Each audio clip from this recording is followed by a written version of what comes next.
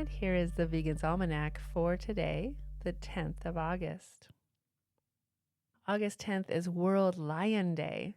A lion's body is muscular with a short round head and ears and a tufty tail. Males can be identified through their heavy and luscious manes, which are absent on lionesses. Lions also happen to be the only cats who roam around in large groups, known as prides. Scientists believe that lions do so because it is easier to catch prey in the wild. You will most likely find a pride of lions near water bodies, as they strategically wait for prey to come for a drink and then pounce on them. African lions are found primarily in sub-Saharan Africa. They most commonly live in open savannas, but also occupy grasslands and woodlands. They are a highly social animal, with prides ranging from a few dozen lions to upwards of 40. Despite their position atop the food chain and the imposing role prides play in their habitats, African lions are considered vulnerable by the IUCN.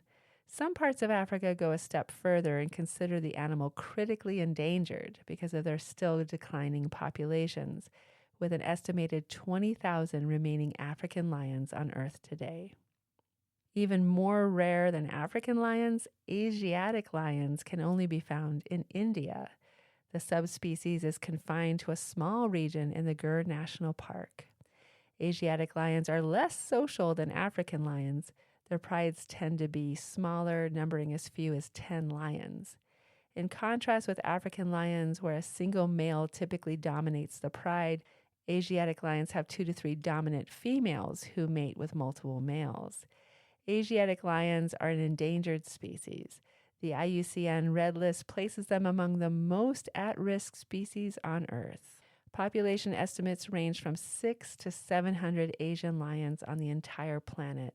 This population remains under pressure from poaching and habitat loss.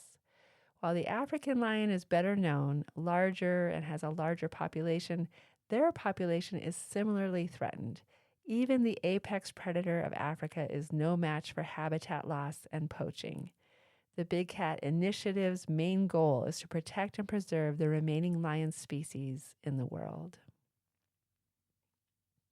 The publication of Fighting Nature, Traveling Menageries, Animal Acts and War Shows by Peta Tait was on this day in 2016.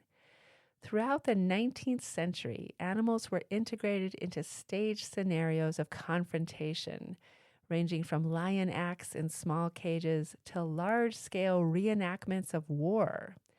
Initially presenting a handful of exotic animals, traveling menageries grew to contain multiple species in their thousands. These 19th century menageries entrenched beliefs about the human right to exploit nature through warlike practices against other animal species. Apart from reflecting human capacity for fighting and aggression and the belief in human dominance over nature, these animal performances also echoed cultural fascination with conflict, war, and colonial expansion. And here's a poem for today, The Lion Going to War by Jean de La Fontaine. The lion had an enterprise in hand, held a war council, sent his provost marshal, and gave the animals a call impartial, each in his way to serve his high command. The elephant should carry on his back the tools of war, the mighty public pack, and fight in elephantine way and form. The bear should hold himself prepared to storm. The fox all secret stratagems should fix. The monkey should amuse the foe by tricks. Dismiss, said one, the blockhead asses and hares, too cowardly and fleet. No, said the king, I use all classes. Without their aid, my force were incomplete.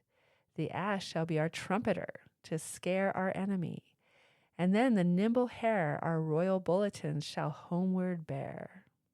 A monarch provident and wise will hold his subjects all of consequence, and know in each what talent lies. There's no one useless to a leader with sense. The Lion Going to War by Jean de La Fontaine. This has been the Vegan's Almanac with a reminder to love lions and hate war.